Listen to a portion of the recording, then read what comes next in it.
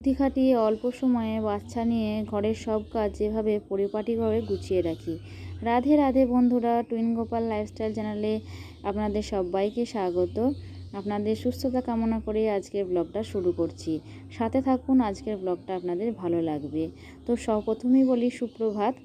তো দেখুন, এখানে অনেক চারা বেরিয়েছে নয়নতারা ফুলের, আর এদিকের বাগানটা তো নয়নতারা ফুলে ভরে গেছে।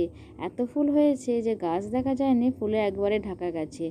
আর এগুলো সারা বছরই ফুল হয়। তো সকালবেলায় কাজ শুরুর আগে একটু চুলে তেল দিয়ে মাথাটা একটু ছাড়িয়ে নিজের একটু যত্ন না করলে হয় না। তারপর বাচ্চা হওয়ার পরে আমার চুলটা প্রায় সব উঠে উঠে চলে যাচ্ছিল, সেজন্য এখন একটু চুলের যত্ন নেওয়া শুরু করেছি। তা না হলে সব চুলই মনে হয় পড়ে যাবে। তো সেজন্য সকালে কাজ শুরুর আগে একটু চুলটা তেল দিয়ে বেঁধে নিই। তার ফলে চুলটা একটু অল্প উঠছে। তো এখন একটু চুল ওঠাটা অনেকই কম হয়েছে। তো তারপরে এত গরমের জন্য সকালবেলায় একটু মুখে পতঞ্জলি অ্যালোভেরা জেলটা মেখে নিই। তো সেই জন্য আমার স্কিনে কিছু বেরোয় না, মানে কোনো পিম্পলস বেরোয় না। তো সেই জন্য আমি এটা সকালবেলায় মেখে নিই। তো তারপর রোজকার মতো সকালবেলায় বিছানা বাগানো, পরিষ্কার করা, এসব কাজ আরম্ভ করে দিই। তো প্রথমেই এদিকটা একটু পরিষ্কার করে ঝেড়ে নিলাম। তারপর ছেলের বিছানাগুলো গুছিয়ে এইদিকে করে তারপর ওদিকটা ঝাড়বো। কী বলুন তো, মশারি থেকে যত মশাগুলো পড়ে, তো মানে পাখায় কেটে বা মরা মশাগুলো পড়ে, তো সেগুলো সব ওদিকে বিছানার দিকে পড়ে যায়। সেজন্য একদিকটা ঝেড়ে পরিষ্কার করে এদিকে করে নেব, তারপর আবার ওদিকটা ঝাড়বো। আর এই যে ছেলের বালিশটা, তোয়ালেটা না একদম ঘেমে পুরো ভিজে গেছে, সেজন্য এটাকে সরিয়ে রাখলাম যে এগুলো রোদে দিয়ে দেব। আর ছেলের যে তোয়ালেটা আছে বালিশে, সেটা কেচে দেব।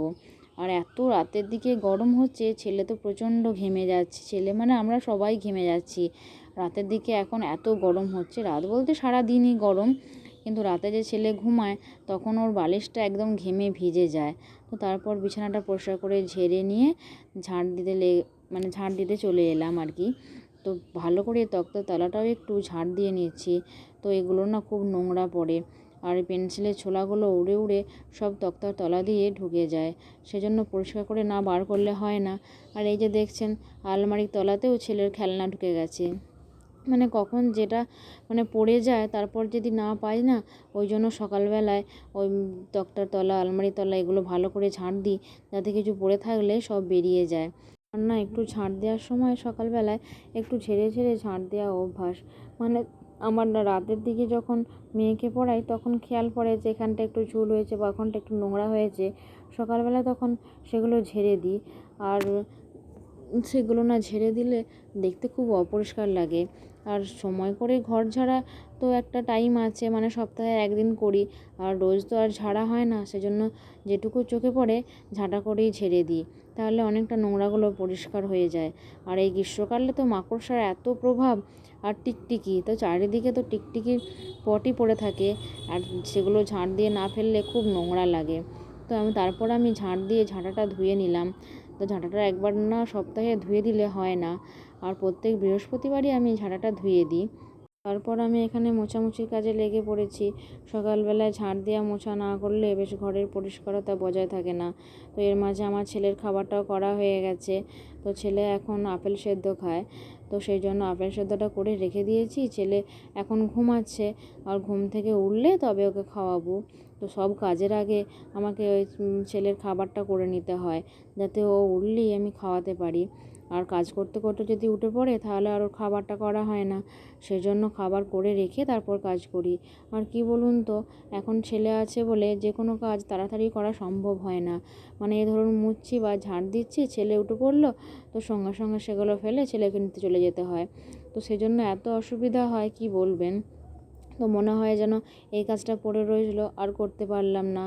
তো সেই জন্য তাড়াতাড়ি করে, মানে যতক্ষণ ছেলে ঘুমায়, সকালের দিকটা এক টাইম অনেকক্ষণ ঘুমায়, তখন তাড়াতাড়ি করে কাজগুলো সেরে নিই।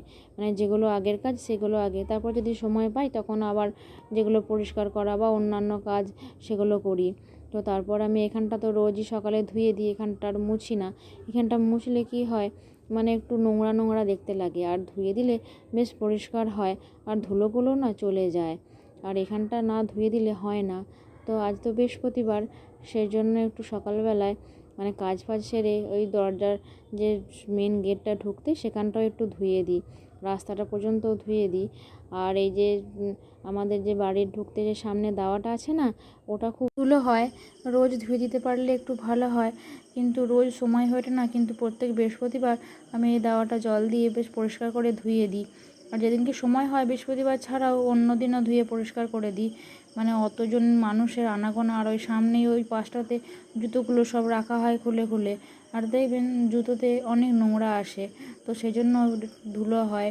আর এমনি তো ঝাঁট দেওয়া হয়, পরিষ্কার হয় অনেকটাও, কিন্তু তাহলেও ধুলোগুলো থাকে বলে একটু ধুয়ে দিই। তো আজকে বৃহস্পতিবার, আজ থেকেই মেয়ের স্কুলে পরীক্ষা আরম্ভ, সেজন্য মেয়ের স্কুলে টিফিন নিয়ে যায়নি। তো একবারে বাড়িতেই এসে খাবে, সকাল সকাল স্কুলে ছুটি হয়ে যাবে। তো সেই জন্য বাড়িতে এসেই খাবে একবারে। তো সেই জন্য মেয়ের জন্য আজকে বানাচ্ছি মানে জলখাবারে ওটসের পোলাও। তো ওটসের পোলাওটা আমি সবজি দিয়েই বানাই। তো ক্যাপসিকাম, গাজর, বিনস এসব দিয়েই বানাই। তো এগুলো একটু ভালো করে ভেজে নিয়ে তারপর একটু ভাজা ভাজা হয়ে এলে নুন হলুদ দিয়ে দেব। তো তারপর এটা একটু জল দিয়ে দেবো যাতে একটু ভালো করে সেদ্ধ হয়ে যায়। তো সেদ্ধ হয়ে গেলে তারপর এর মধ্যে ওটসটা দিয়ে দিই। আর ওটসটা আগে ভাগে দিই না, আগে ভাগে দিলে কি হয়, ওটসটা না খুব গলে যায়, মানে ঝরঝরে পড়া পোলাওটা হয় না। সেজন্য সবজিটা হয়ে সেদ্ধ হয়ে গেলে তারপরেই ওটসটা দিই। তো তারপর দেখলাম ওটসটা একটু কমই হয়েছে, মানে সবজিটা বেশি হয়ে গেছে আর ওটসটা একটু মনে হচ্ছে কম কম লাগছে। তো সেই জন্য আরও একটু ওটস দিয়ে দিলাম। তারপর সবজির সঙ্গে ভালোভাবে নাড়াচাড়া করে দেব যাতে ভালোভাবে মিশে যায়, এবং ওটসটাকেও একটু সেদ্ধ করতে দেব যাতে এটাও একটু হয়ে যায়, মানে সেদ্ধটা হয়ে যায়। সেজন্য আবার ঢাকনাটা দিয়ে দিলাম। তারপর ভাজা ভাজা করে নামিয়ে নিলাম। তারপর এর উপরে সস দিয়ে আর শসা কুচি দিয়ে মেয়েকে খেতে দিয়ে দিলাম। তো এটা গরম গরম খেতে কিন্তু খুব ভালো হয়। আপনারাও আপনাদের বাচ্চাদের করে দিতে পারেন। তো এটা কিন্তু স্বাস্থ্যের পক্ষেও খুব উপকারী এবং ভর্তি থাকে অনেকক্ষণ, এবং বাচ্চাদের জন্য খুব একটা মুখরোচক টিফিন বা খাবার বলতে পারেন। তো এরপর আমার ছেলেকে স্নান করিয়ে খাইয়ে ঘুম পাড়িয়ে দিয়েছি। তারপর আমি আমার আবার কাজে লেগে পড়েছি।